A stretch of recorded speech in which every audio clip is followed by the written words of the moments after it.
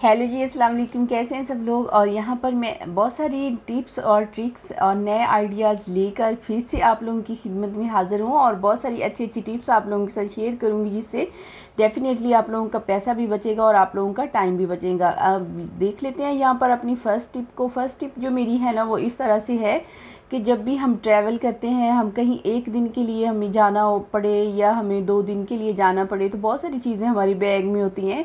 जैसे कि छोटी छोटी, अगर एक बच्चे को लेके जाना पड़े हमें साथ, तो उसके लिए हमें अलग से चीज़ें रखनी पड़ती हैं और कीज़ वगैरह भी, और इस तरह की छोटी मोटी जो ज़रूरत की चीज़ें होती हैं ना, तो वो हमें अपने हैंड बैग में रखनी पड़ती हैं। तो क्या होता है कि अंदर एक उलझन सी क्रिएट हो जाती है बैग के अंदर, तो हमें समझ नहीं आ रही होती कि किस तरह से हम अपनी चीज़ों को ढूंढ पाएँ। तो हमारा बहुत सारा टाइम जो होता है ना, वो वेस्ट हो जाता है और चीज़ें गंदी भी हो जाती हैं। बाज़ औक़ात एक चीज़ के साथ दूसरी लगती है और चीज़ें उलझ जाती हैं और ख़राब हो जाती हैं। तो उसका एक बेहतरीन सा हल आप लोगों के लिए लेके आई हूँ कि इस तरह से हमारे पास, हमारे घर में जो ग्लासेस हम यूज़ करते हैं ना, तो उसके खाली डिब्बे तो मौजूद होते ही हैं। तो आपने बस क्या करना है कि सारी जितनी भी चीज़ें हैं ना छोटी मोटी आप लोगों की, जैसे बच्चों के कॉटन बड्स हो गए, कीज़ हो गई, या आप लोगों के और कोई सेफ्टी पिन्स वगैरह हो गई, या छोटी मोटी ज्वेलरी होगी, तो आप इसमें ऑर्गेनाइज करके ना तो अपने बैग में रख लें।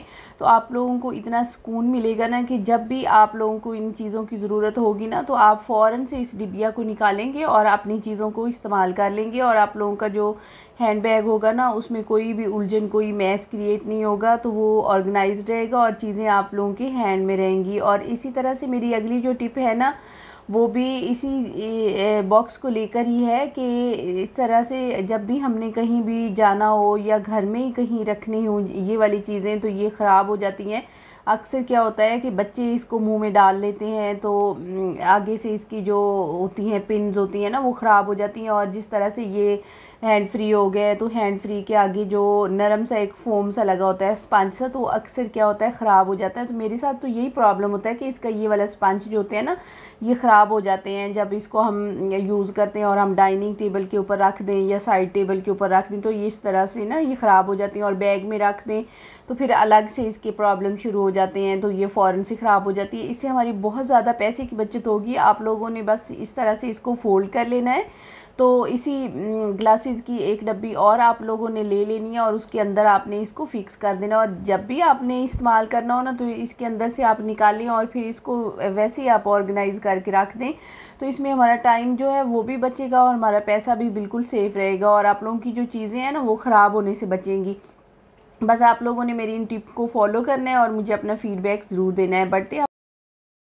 बढ़ते हैं अपनी नेक्स्ट टिप की तरफ। नेक्स्ट टिप मेरी इस तरह से कर्टन को लेकर है। तो कर्टन हम सारे घर में इस्तेमाल करते हैं, लगे हुए होते हैं। तो बाज़ दफ़ा क्या होता है कि उनको टाई अप करना होता है, तो हमारे पास कोई ऑप्शन नहीं होता कि हम किस तरह से इसको मैनेज करें। जैसा कि मेरे ये ड्राइंग रूम का बाहर वाला डोर है ना, तो इसका जो कर्टन है वो अक्सर ही इस तरह से टाई करना पड़ता है, मुझे इसको ऑर्गेनाइज़ करना पड़ता है, क्योंकि बार बार डोर जो होता है ना, वो खुला रखना पड़ता है, खोलना और बंद करना होता है। तो मैं क्या करती हूँ कि अगर मेरे पास कुछ भी नहीं है ना इसको करने के लिए, इसको मैनेज करने के लिए, तो मैं इस तरह से एक क्लचर ले लेती हूँ और उसको मैं लगा देती हूँ। ये देखिए, ये बहुत बड़ा जो है ना कैचर था, तो ये मेरे यूज़ में नहीं आ रहा था, तो इसको मैं इसके ऊपर ऑर्गेनाइज़ कर देती हूँ। और फिर जब मैं खोलती हूँ, कोई सिल्वट बल वगैरह नहीं पड़ते, हर चीज़ अपनी जगह पे ऑर्गेनाइज़ रहती है। बस जब इसको फिर खोलना हो ना कर्टन को, तो आप एक साइड पे लगा दिया करिए, कोई इसको देख भी नहीं पाएगा और आप कर्टन जो है ना वो देखने में भी प्यारा लगेगा, ऑर्गेनाइज्ड रहेंगे। नेक्स्ट जो टिप है ना मेरी, वो इस तरह के बॉक्सेस को लेकर है।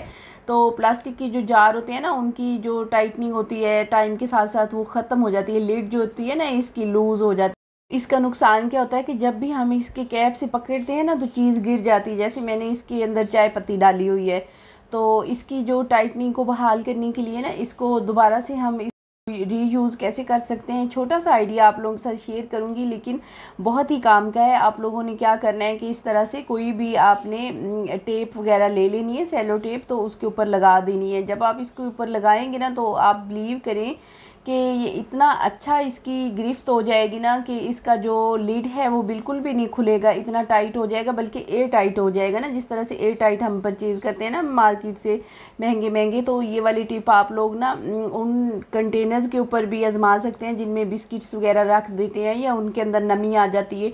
होपफुली आप लोगों को मेरी ये टिप अच्छी लगी होगी। नेक्स्ट टिप की तरफ बढ़ते हैं। नेक्स्ट टिप मेरी इस तरह से पेजेस को लेकर है।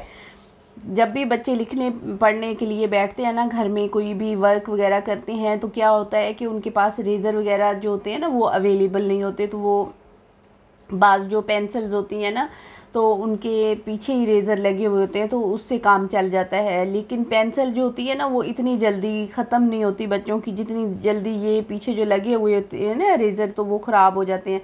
बच्चे अक्सर क्या करते हैं कि इनको खा जाते हैं या अपने दांतों से इनको फेंक देते हैं, उतार देते हैं। तो इसका एक इतना अच्छा जुगाड़ आप लोगों के साथ शेयर करने लगी हूँ ना आज वाली वीडियो में, कि हर घर में ये चीज़ अवेलेबल होती है जिससे हम इसको रेज़ कर सकते हैं, जो कि रेज़र से भी ज़्यादा अच्छा काम करेगा। आप लोगों ने क्या करना है, सिंपल, आप लोगों ने जो बच्चों के खेलने वाले बैलून होते हैं ना, जब वो फट जाते हैं तो उसको आप लोग रख लिया करें कहीं भी शॉपर वगैरह में डाल के, तो ये आप बच्चों को दिया करें। ये एक्टिविटी में ही वो बच्चे जो है ना वो सारा लिखते जाएंगे और रेज़ करते जाएंगे। इसमें बच्चों की जो राइटिंग स्किल्स है ना वो भी इम्प्रूव होंगी और बच्चों को कुछ सीखने का भी मौका मिलेगा। तो आप लोग मेरी इस टिप को ज़रूर फॉलो करिएगा, अपने बच्चों को भी सिखाइएगा। इसमें क्या है कि आप लोगों के पैसे की भी बचत होगी और बच्चों में लिखने की एबिलिटीज़ जो होती है ना वो इम्प्रूव होंगी।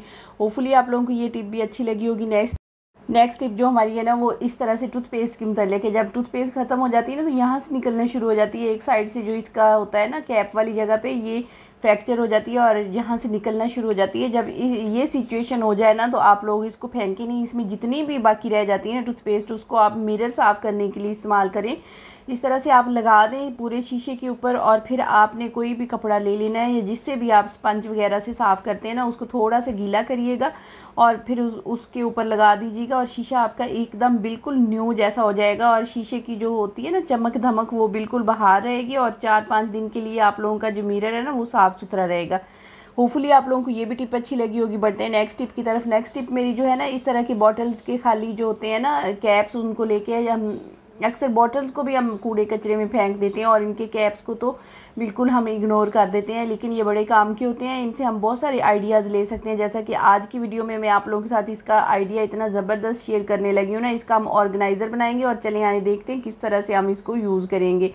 यहाँ पे मैंने डबल साइडेड टेप ले लिया और डबल साइडेड जो टेप है ना उसको मैं इस तरह से वॉशरूम में बिल्कुल मिरर के साथ ना इसको चिपका दूंगी। जितना सारा आप लोग लंबा इसको लेना चाह रहे हैं ना उतना ही ले लीजिएगा अपने ज़रूरत के अकॉर्डिंग। मुझे इतने ही यहाँ पे स्टक करने थे ये कैप्स, तो मैं इतना ही ले रही हूँ। अपने फैमिली मेम्बर के हिसाब से आप इसको यूज़ कर सकते हैं, जिस तरह से आप वाशरूम की आप लोगों की ज़रूरत है इसी हिसाब से आप लोग ले सकते हैं। तो आपने क्या करना है, वो कैप्स को ले लेना है और ये डबल साइडेड टेप के ऊपर ना आप लोगों ने थोड़ा सा अंदर स्पेस देते जाना है और इसको स्टक कर देना है। ये इतने पक्के होते हैं, ये गिरते नहीं हैं। इनको थोड़ा सा बस आप ऐसे दबाएंगे ना तो ये स्टक हो जाएंगे, अच्छी तरह से ये चिपक जाएंगे।